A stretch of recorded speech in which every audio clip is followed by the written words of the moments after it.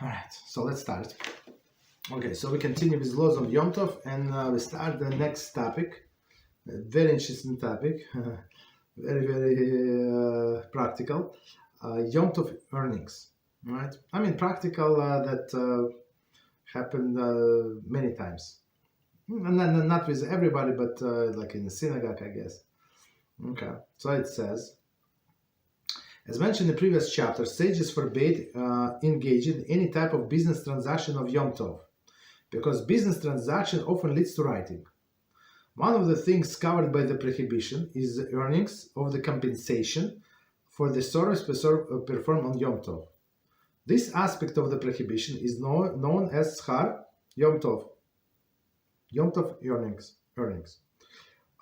In addition to the prohibition of earnings of the compensation, the sages decreed that if person receives Yom Tov earnings,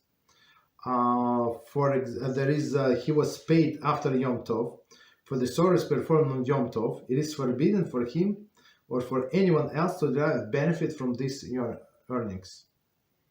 Okay, so let's do this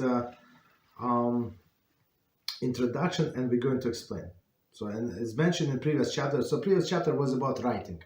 So we cannot write, right? And as extension of writing, we said we should not play these games like when we're required to take in score, like keep in score, and also don't read any business documents, right? And also don't do any business, because in a business you want to write down, right? Okay, lead to writing. So business transaction lead to writing. Okay.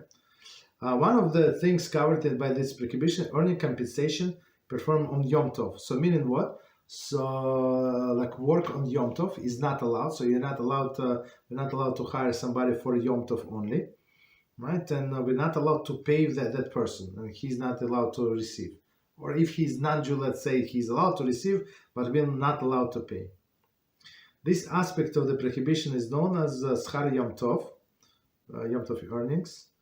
In addition to the prohibition of earnings of compensation, meaning not only that we compensate that somebody work on us, the sages decree that a person receive Yom Tov earnings, right? Even if he was paid after Yom Tov, is forbidden for him or anyone else to derive benefit from this earnings. So meaning you can take this money and throw it to the garbage, right? Because there is it's not only no blessing on this money, but it's actually forbidden money. So maybe it's a cursed money. You understand? So that's a very, very scary story. So right, so like to take some money from somebody who's not observant. So maybe there is money that were made on Yom Tov, right, and Shabbos. So and this money is forbidden for him, and this money is forbidden to me for me to benefit.